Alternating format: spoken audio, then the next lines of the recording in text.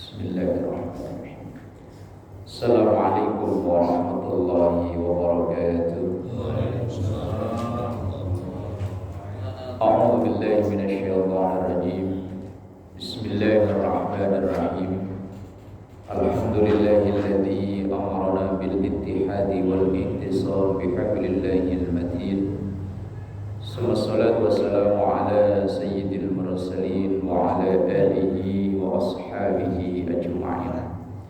Subhanaka la ilma lana illa ma 'allamtana innaka antal alimul hakim. Rabbi shrah li sadri wa yassir li amri wahlul 'uqdatam min lisani yafqahu qawli waj'al li waziran min ahli. Amma ba'du. Hadaratul ulama wa hadaratul jamaah, wassalabul khair, yang semoga kita semua selalu diberkahi, diridhoi dan dikaruniai sehat, afiat, panjang umur dalam taat ibadah kepada Allah Subhanahu wa taala. Liridhoillah wa li syafaati Rasulillah wa ila hadratin Nabiyil Mustafa Muhammadin sallallahu alaihi wasallam wa ala alihi wa ashabihi wa azwajihi wa dhurriyyatihi wa ahli baitihil kiram wa jami'i ummatihi minal muslimin wal muslimat wal mu'minin wal mu'minat aina wa kanu, khususan muassasatil Masallabul Khair wa muallif hadhihi kitab Syekh Abu Bakar Jabir Al-Jazairi. Syaulillahi lahum al-Fatihah. A'udzu billahi minasy syaithanir rajim. Bismillahirrahmanirrahim. Alhamdulillahi rabbil alamin arrahmanir rahim maliki yaumiddin. Iyyaka na'budu wa iyyaka nasta'in. Ihdinas siratal mustaqim. Siratal ladzina an'amta 'alaihim ghairil maghdubi 'alaihim waladdallin. Amin ya rabbal alamin.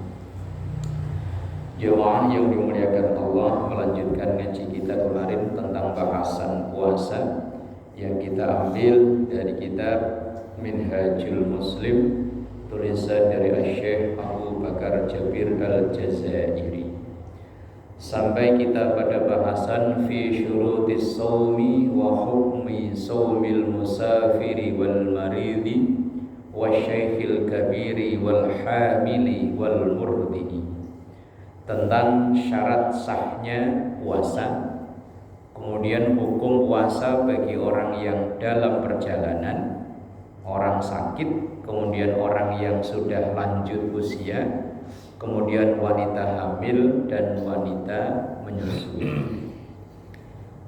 Bismillahirrahmanirrahim. Yushtaratu fi wujubis shaumi, disyaratkan dalam wajibnya puasa itu satu, alal muslimi, orang yang beragama Islam.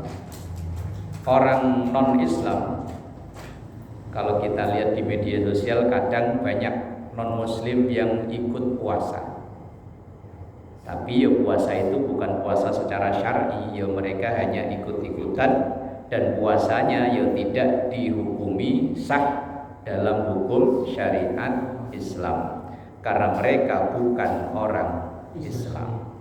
Itu logikanya kayak di sekolahan ngadain ujian, maka yang boleh memenuhi syarat untuk ujian ya siswa yang terdaftar. Lah kok terdaftar aja enggak, kok tahu-tahu ikut ujian, ya apa ya nanti dapat ijazah? Lah ya enggak, wong dia bukan murid yang terdaftar. Lah yang pertama Islam. Kemudian ayyakuna akilan, yang kedua orang yang akalnya waras. Kalau akalnya agak mulai miring-miring dikit, diajak ngobrol udah enggak nyambung, sinyalnya susah, udah enggak wajib puasa itu. Diajak ngomong sinyalnya susah, ditanyain mas dari mana, anak saya udah 2 kok. Wah, bukan bolot, memang diajak ngomong udah gak nyambung, susah nyambungnya. Udah gak nyambung, rumahnya sono, pulangnya sono. Asal ada rumah pintunya dibuka belok, kirain rumah saya. Wah, wes sudah mulai dah itu. Lah iya kan, pikun berarti kan akalnya nggak ada kan. Lah maka orang pikun itu udah nggak wajib puasa lagi. Wong akalnya sudah nggak normal. Walaupun fisiknya sehat, secara fisik dia masih sehat. Cuman akalnya udah nggak sehat kayak pikun itu tadi. Sahur kadang ya ikut sahur. Tapi nanti jam 9 ada tukang bubur lewat, jadi berhentiin.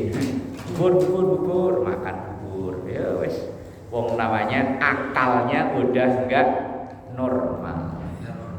Makanya kalau pengen nggak puasa, nggak dosa, nggak usah qadha, ya otaknya agak dibikin error dikit. Nggak wajib puasa. Kemudian balighan, orang yang sudah baligh. Kalau anak kita yang belum cukup umur, maka mereka tidak wajib puasa. Lah kalaupun mereka puasa, ya dalam rangka latihan. Lah baligh itu rata-rata umur, kalau dalam fikih patokannya bukan umur, Pak. Laki-laki udah mimpi wajib mandi. Itu kalau anak-anak ngaji di tempat saya rata-rata biasanya kelas 6, kelas 5. Fajri kelas berapa Fajri? 5? Oh, berarti bentar lagi. Apa jangan-jangan udah kali? Udah ya? Malu-malu ya kalau ditanya masalah begitu ya. Kalau anak-anak ngaji di tempat saya tanya pokoknya harus jujur. Karena ini berkenaan dengan hukum. Nanti anak itu sudah wajib puasa, wajib sholat dan ibadah-ibadah yang lain, wajib atau belum? Patokannya kalau dia sudah mimpi yang wajib mandi. Nah, itu biasanya kalau anak-anak saya tanya, ya memang jawabnya malu-malu. Ada yang cerita, Pak, perasaan saya nggak ngompol, tapi kok celana saya lengket-lengket. Nah, ya itu. Tapi perasaan saya nggak ngompol loh, Pak. Enggak. Iya, itu namanya mimpi yang wajib mandi. Wes pokoknya kalau udah itu maka udah mulai wajib puasa, wajib sholat dan lain-lain. Kalau belum itu ya baru tahapan latihan. Lah kalau perempuan sudah menstruasi, kalau dalam catatan fikih menstruasi tercepat usia 9 tahun. Kalau tidak dua-duanya itu maksudnya mimpi yang wajib mandi belum, kemudian menstruasi juga belum, maka ketika dia sempurna 15 tahun, nah, maka itu udah terhitung baligh. Kecuali anak-anak yang punya kebutuhan khusus, udah umur 20 tahun tapi mainannya sama anak umur 4 tahun, nah itu ya beda lagi. Itu balighan. Liqaulihi sallallahu alaihi wasallam. Ini berdasar pada hadis Rasulullah sallallahu alaihi wasallam. Rufi'al qalamu an thalathatin. Anil majnuni hatta yafiqa wa anin naimi hatta yastayqidha wa anis sabiyyi hatta yahtalima. Hadis riwayat Ahmad dan Abu Dawud. Rufi'al qalamu, diangkatlah catatan amal. Artinya amal itu tidak dicatat. Walaupun dia baik ya tidak dicatat, buruk ya tidak dicatat. Lah itu untuk siapa? Ada 3 kelompok orang yang apapun yang ia lakukan enggak dicatat. Yang pertama anil majnuni hatta yafiqa, orang gila sehingga ia sembuh. Makanya orang gila itu bebas. Maka kadang-kadang nyebutnya orang gila, makanya bebas. Bebas, orang gila bebas, Pak. Raqib Atid tadi enggak nyatet apa? Dia mau ngapa-ngapain enggak dicatat sama Raqib Atid. Umpama ada orang gila sepanjang jalan dia wiridan aja. La ilaha illallah, la ilaha illallah. Umpama. Tapi pernah ada enggak ini? Pernah ketemu enggak? Orang gila sambil wiridan ya? Atau misalnya sepanjang jalan karena dulu misalnya ada orang ngapalin Quran enggak hafal-hafal akhirnya otaknya gejlek. Sepanjang jalan megangin Quran aja, Yasin wal Qur'anil hakim innaka laminal mursalin terus aja.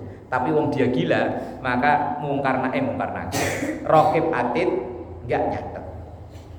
Atau sebaliknya ada orang gila tapi membahayakan, ketemu orang tabok, rumah orang lempar.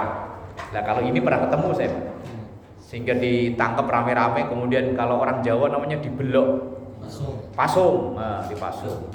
Lah orang gila kayak begitu itu sampai dia benar-benar sembuh, apapun yang ia lakukan tidak dicatat. Lah terus, yo catatan amalnya kosong. Sebutnya namanya kaum fatroh. Fatroh itu kaum yang catatan amalnya kosong. Sama kayak orang-orang yang hidup dulu sebelum datangnya Islam. Di Indonesia ini misalnya dulu zaman-zaman Majapahit, zaman-zaman Sriwijaya, zaman-zaman yang Islam belum datang dan ia meninggal, lah itu namanya disebut kaum fatroh. Fatroh itu kaum kosong. Catatan amalnya nggak ada catatannya. Lah termasuk orang gila kok sampai dia meninggal masih dalam keadaan gila, maka disebut kaum fatroh. Catatan amalannya kosong. Lah ke surga atau neraka, wallahu a'lam. Pokoknya kalau dalam literatur yang kita baca, dia hanya termasuk kaum fatroh. Sama kayak orang yang sekarang umpama dia tinggal di pedalaman, kayak suku apa namanya? Baduy ya. Kalau Baduy luar sih udah menerima ya. Kalau Baduy dalam konon katanya kan belum menerima budaya dari luar. Lah ini kok sampai dia meninggal karena Islam belum masuk ke wilayahnya dia, makanya disebut kaum fatroh. Kalau saya pernah lihat di TV itu di Jambi, suku anak dalam apa namanya ya, tinggalnya pun pindah-pindah dari satu tempat ke tempat lain, nggak punya tempat tinggal tetap. Nah itu misalnya sampai meninggal, nah itu namanya kaum fatroh, sama kayak orang gila. Yang kedua, yang tidak dicatat, wa anin naimi hatta yastaiqadha atau hatta yastaiqilu, orang tidur sehingga ia bangun. Orang tidur umpama kok ngelindur, misalnya jam 8, saking capeknya tidur, begitu tidur langsung Bismillahirrahmanirrahim, alif lam mim, dzalikal kitabu la raiba fihi, terus begitu jam 5 umpama dia bangun, qul a'udzu birabbin nas malikin nas, khatam ya. Khatam 30 juz, padahal kalau melek ya juz 30 aja enggak hafal. Tapi wong dalam keadaan dia ngelindur, dalam keadaan dia tidur, maka tidak dicatat kebaikannya itu. Atau sebaliknya, orang ngelindur karena di sebelahnya ada kasur, terus istrinya digebuk, buk. Umpama begitu digebuk, buk, langsung innalillahi wa inna ilaihi rajiun. Dalam hukum Islam enggak diapa-apain, asal dia asli tidurnya, bukan tidur-tiduran. Lah orang tidur sehingga ia bangun itu tidak dicatat oleh raqib atid. Kemudian wa anis sabi hatta yahtalima, anak kecil sehingga ia dewasa. Lah dewasa itu ukurannya yaitu tadi itu baligh, sudah mimpi wajib mandi, rata-rata biasanya 11-12 tahun, atau perempuan sudah menstruasi, atau kalau tidak dua-duanya nunggu nanti dia ulang tahun ke-15, sempurna 15 tahun, lah itu baru. Maka kalau anak di sebelum itu segala kebaikannya ya enggak dicatat untuk anak tersebut. Misalnya ia kok punya keahlian khusus ngamanin duit bapaknya, biar udah diumpetin di sepatu ya tahu, diumpetin di peci di sini tahu.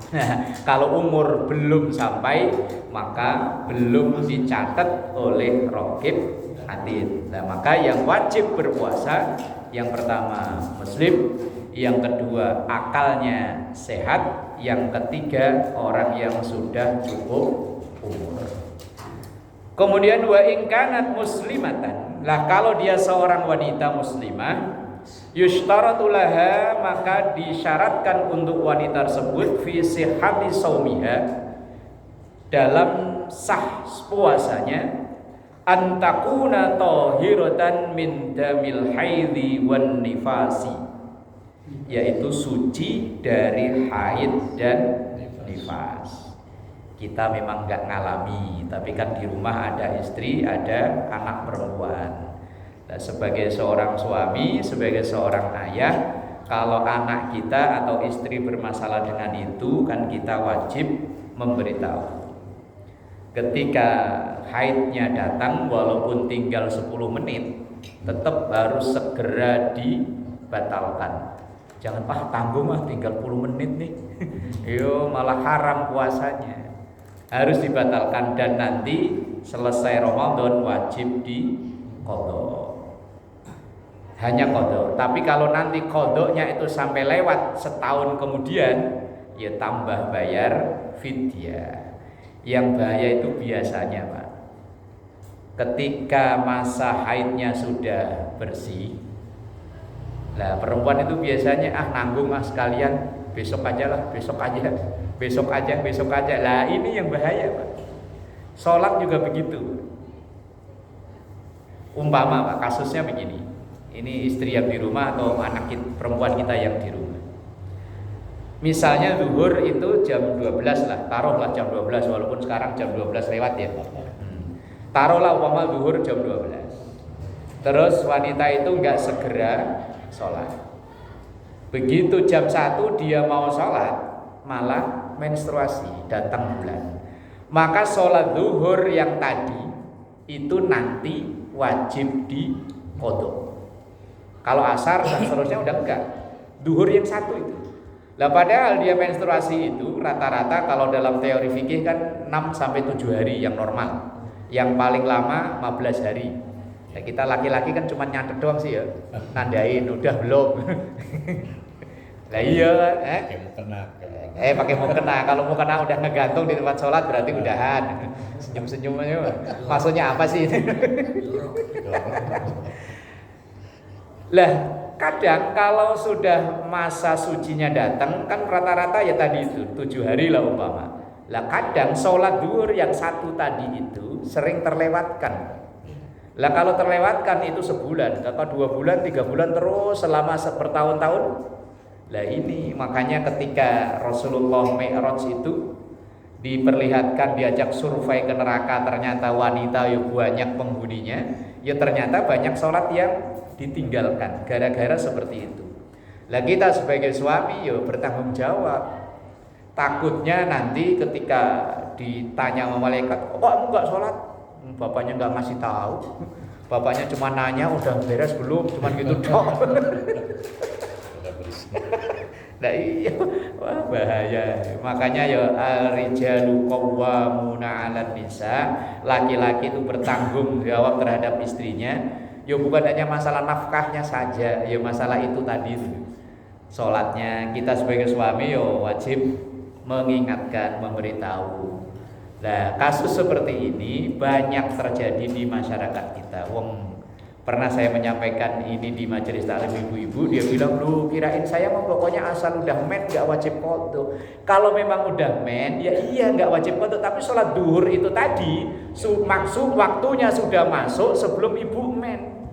Men mohon datangnya kan jam 1. Lah, masih ada waktu 1 jam tadi loh yang ibu enggak segera sholat. Makanya kalau misalnya kan menstruasi biasanya datang tanggal 10, begitu tanggal 10 itu jangan nunda-nunda sholat. Kalau ditunda-tunda khawatirnya yo seperti itu tadi. Nah, kita sebagai suami penanggung jawab. Liqaulihi sallallahu alaihi wasallam, ini berdasarkan hadis Rasulullah sallallahu alaihi wasallam, fi bayani nuqsani dinil mar'ati, dalam menjelaskan masalah sisi kurangnya perempuan dalam beragama. Yaitu dalam sabda Rasulullah riwayat Bukhari, alaisat idza hadat lam tusalli wa lam tasum. Lah perempuan itu kalau lagi haid kan ya enggak sholat, ya enggak puasa. Lah kalau laki-laki kan enggak ada cutinya, hajar lanjut terus kan. Nah, kalau perempuan ada cutinya, maka perempuan dalam hal-hal tertentu tidak bisa menempati posisi tertentu. Lah umpama dulu pernah ada yang nanya, kenapa Nabi tidak ada yang perempuan? Semuanya laki-laki. Awalnya saya jawab ya kayak ngawur, Pak. Lah kalau nabinya perempuan ya umpama ya. Ada yang nanya atau minta ngimami sholat, dan nabinya lagi haid. Oh, kan repot ya. Kok Nabi nggak ngimami? Oh, nabinya lagi haid. Lah makanya Nabi laki-laki. Tapi begitu saya baca-baca, oh ternyata alasan itu ya benar. Bahwa ada sisi kurang dalam perempuan dalam beragama, yaitu ketika haid, ketika nifas, maka dia tidak sholat, juga tidak puasa. Itu tadi. Itu yang pertama, syarat sahnya puasa. Kemudian yang kedua, wa hukmi shaumil musafir, hukumnya puasanya orang yang musafir. Musafir di sini maksudnya adalah perjalanan yang minimal diperbolehkannya jamak dan qashar. Ketentuan fikih jamak dan qashar jarak tempuh kurang lebih kalau dikonversi 81 km. 81 itu kira-kira dari sini kemana? Oh, Surabaya mah ribuan. Surabaya mah ribuan. 70 Cikampek. Ya wes umpama Bandung ya. Bandung ada kali ya.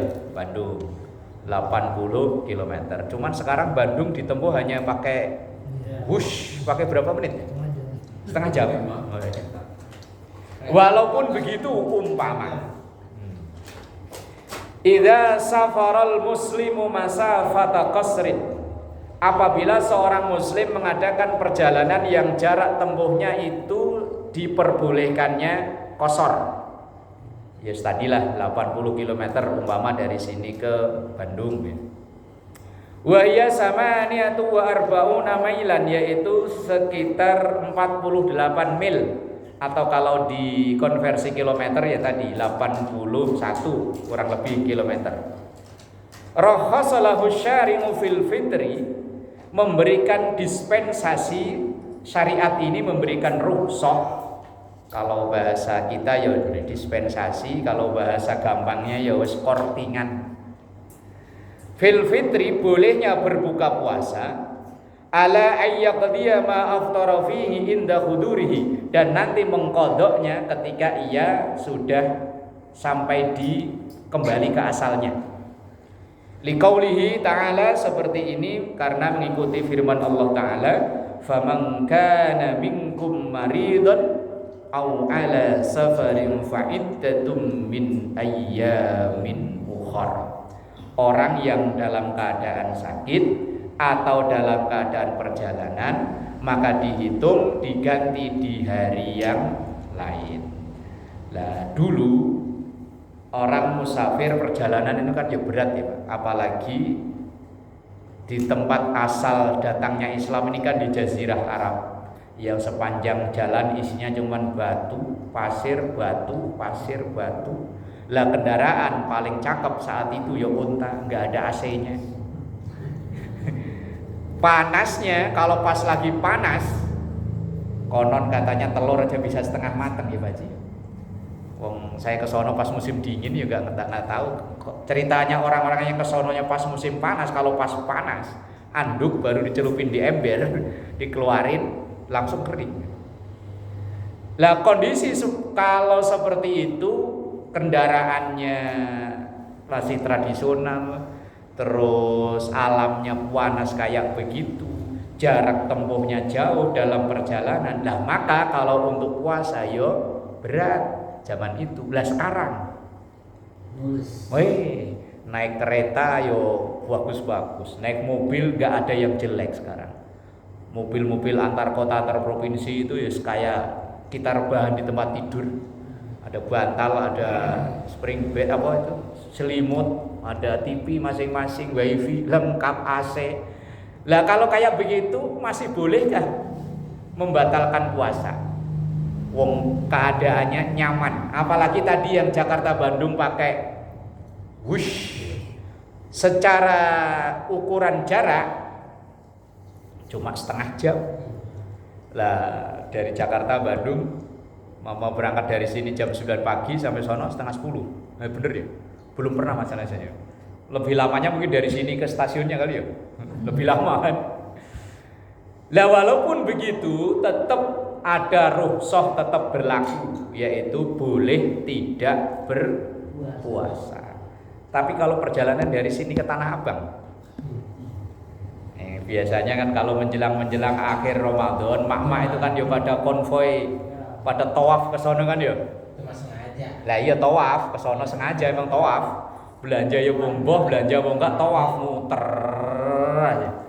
Lah kalau kayak gitu boleh enggak berpuasa? Kalau alasannya musafir ya enggak boleh, tapi kalau alasan yang lain mungkin karena udah bawa belanjaan diseret sampai berat nyeret panas ngeliat mungkin para sopir tukang kuli panggul pada minum es teh manis ya, es kelapa muda gelegek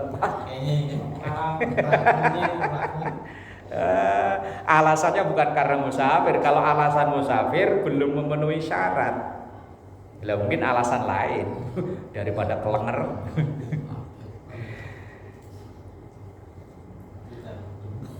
Summa huwa in kana shaumu fis safari la yashukku alaihi. Lah kalau dalam perjalanannya itu tidak memberatkan seperti sekarang ini loh.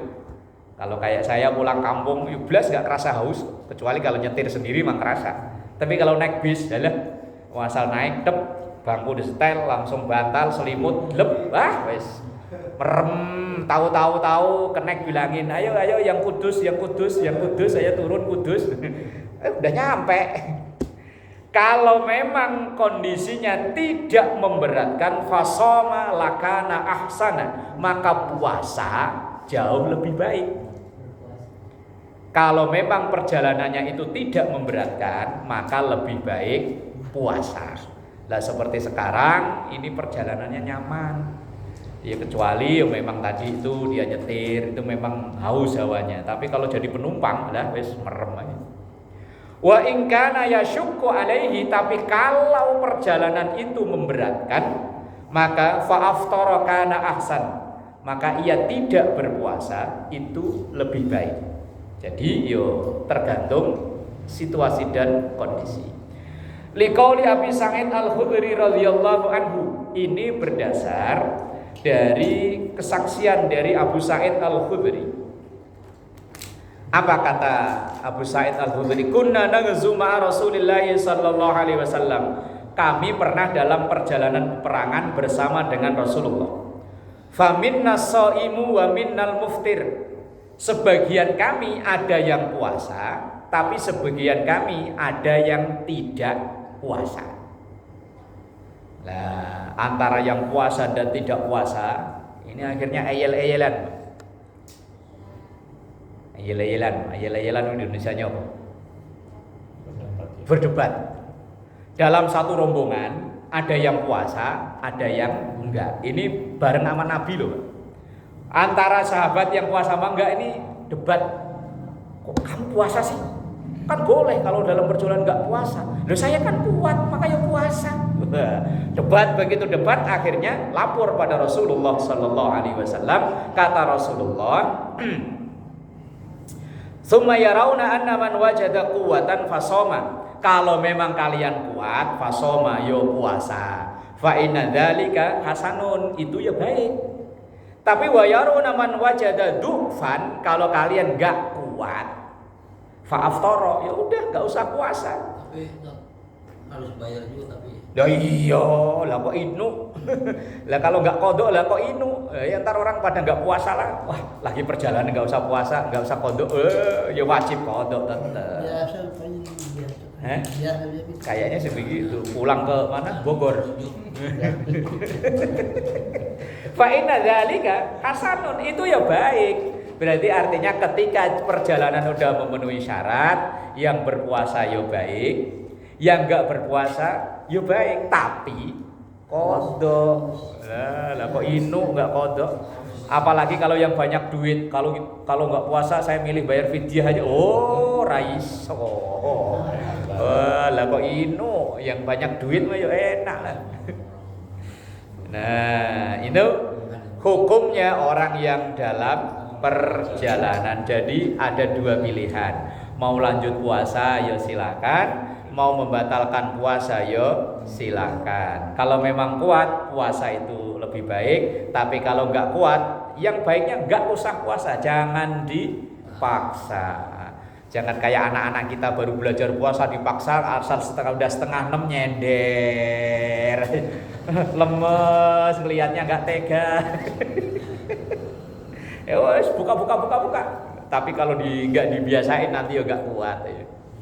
Tapi ya boleh nggak berpuasa, tapi nanti wajib qada. Bismillahirrahmanirrahim. Wa hukmi shaumil maridi, puasanya orang yang sakit. Idza maridal muslimu fi Ramadan, ketika seorang muslim menderita sakit saat bulan suci Ramadan, nadhara, maka terperinci hukumnya. Fa in kana yaqdiru ala shaumi, kalau dia mampu untuk berpuasa bila masyaqqatin syadidatin dan tidak menimbulkan efek yang lebih berat ke penyakitnya, fasoma, maka puasa. Kalau dia puasa penyakitnya nggak nambah parah, maka yo puasa. Nah kalau cuma penyakit gatal-gatal ya, penyakit gatal-gatal nggak puasa mas, iya saya lagi sakit apa panuan. Wa illam yaktir, tapi kalau dia nggak mampu, kalau dia puasa kok penyakitnya tambah parah, aftoro, maka berbukalah. Nggak boleh memaksakan diri untuk tetap puasa. Tapi ini ya harus konsultasi ke dokter dulu ya. Dan kita yang meraksakan, wah saya ini punya penyakit ini dok, kalau saya puasa gimana? Nah, kemudian dokter menyarankan, oh bapak penyakitnya nggak apa-apa kok, silahkan puasa, ya puasa. Tapi begitu jalani puasa kok tambah parah umpama penyakitnya. Cuman biasanya kalau Ramadan kan yang sering kumat mah penyakit mah ya. Lain sama dia mah, penyakit kumahnya jam 11 itu, penyakit mahnya kumat. Dia mah, gitu, mah.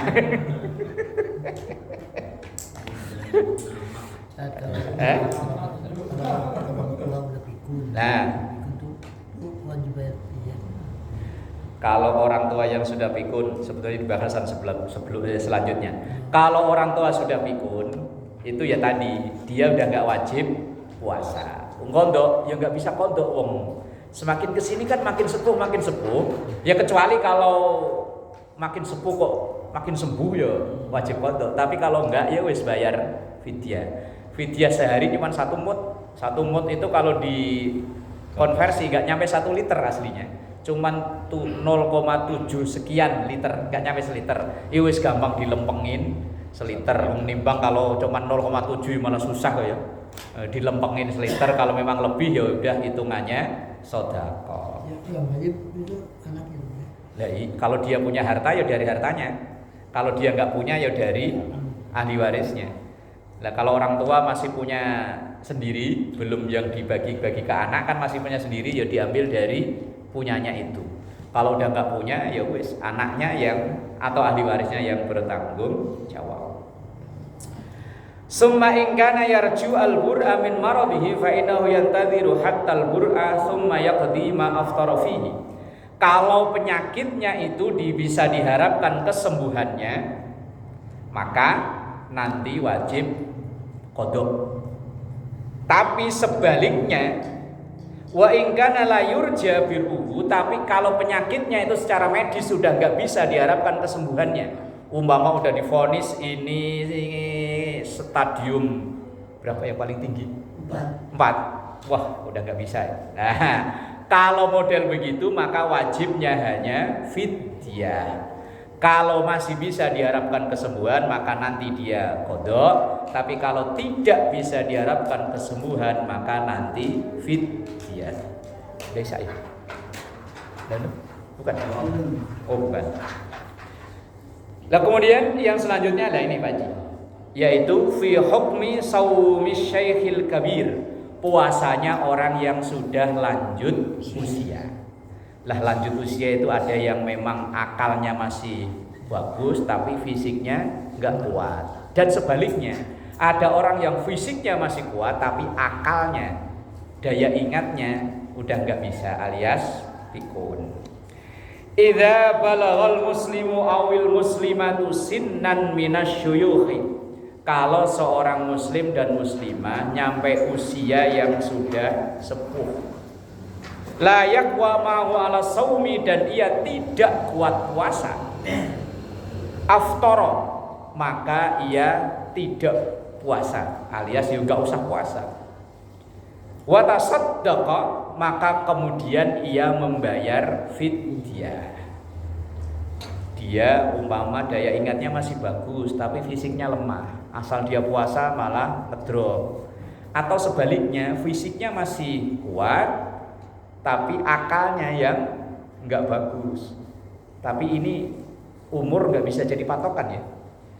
Kadang ada umur 80 tapi masih akalnya masih bagus, fisiknya ya masih energi. Ada umur 60, 80-an. masa sih? Oh, kirain baru 40 sekian gitu. Ada baru umur 60 udah fisiknya udah KO. Jadi umur gak jadi patokan ini mah ya. Jangan nunjuk-nunjuk. Pantesan tadi nanya. Lah kalau tadi itu udah nggak kuat, ya nggak usah puasa. Wajibnya hanya bayar fidyah. Bimuddin min ta'amin, dengan 1 mud dari makanan dalam sehari itu. Liqauli Ibni Abbas radhiyallahu anhuma.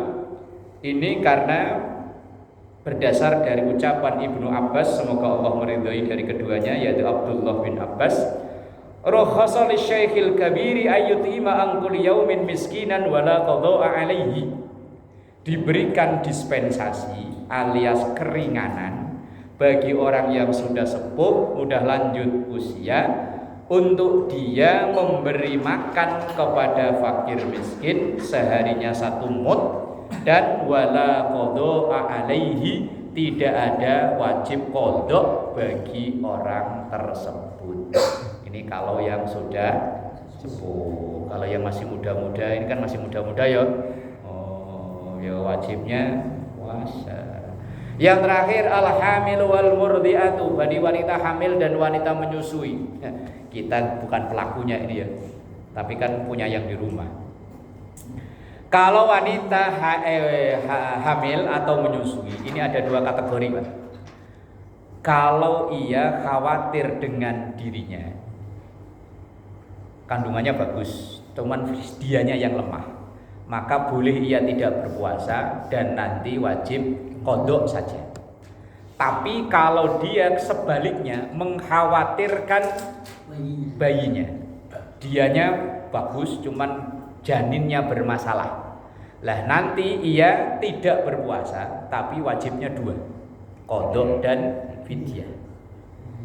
Lah kalau dua-duanya sehat, silahkan berpuasa. Atau sekarang sih sehat, tapi kalau puasa takutnya bermasalah, ya udah nggak usah berpuasa, tapi nanti wajibnya qada saja. Tapi kalau dia mengkhawatirkan hanya kandungannya atau anak yang disusui, maka wajibnya 2, fidyah dan qada. Lah orang yang wajibnya 2 itu fidyah dan qada, itu 1 tadi ini, hamil dan menyusui karena mengkhawatirkan anaknya. 2, orang yang punya qada puasa tapi ngodoknya udah lewat masa jatuh tempo. Umpama puasa tahun 2023 belum dibayar sampai sekarang, lah sekarang ini baru bayar puasa yang 2023, lah maka wajibnya qada dan fidyah.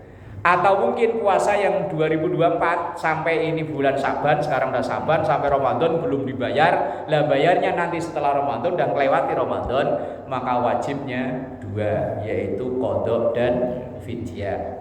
Tapi selain itu wajibnya hanya qada saja. Ada yang fidyah saja, yaitu tadi orang sakit yang tidak bisa diharapkan kesembuhannya, itu wajibnya hanya fidyah. Atau orang yang sudah lanjut usia, udah sepuh, udah pikun, ia tidak berpuasa, wajibnya hanya fidyah. Dan dari mana harta fidyah? Dari hartanya dia kalau dia punya. Kalau nggak punya, dari ahli warisnya. Dan kepada siapa fidyah itu diberikan? Kalau bisa di keluarga sendiri, tapi bukan keluarga yang dalam tanggungan loh ya. Artinya yang masih ada hubungan keluarga. Nah, yang diutamakan misalnya ponakan, tapi ponakan yang hidupnya misah dengan kita, artinya misah itu dia kebutuhannya dicukupi sendiri, bukan kita. Walaupun tinggalnya satu rumah, tapi kalau misalnya masaknya masing-masing, itu berarti kan nyukupi kebutuhan sendiri. Lah boleh diberikan ke dia. Walaupun tinggalnya misah, misalnya kita tinggal gang 3, dia tinggal gang 2, tapi kebutuhan sehari-hari kita yang nyukupi, kontrakan kita yang bayarin, makan kita yang nyukupi, ya nggak boleh diberikan ke dia. Diberikannya itu pada family, tapi yang bukan tanggungan kita. Kalau yang tanggungan kita nggak bisa. Nah, yang paling afdol itu yang kerabat itu tadi atau family. Nah, setelah itu tetangga, setelah itu baru dah yayasan atau basis namanya, basnas atau apa itulah, biar mereka yang menyalurkan ke yang berhak. Tapi kalau bisa ya ke kerabat itu dulu. Wallahu a'lam bishawab. Al-Fatihah. A'udzu billahi minasyaitonir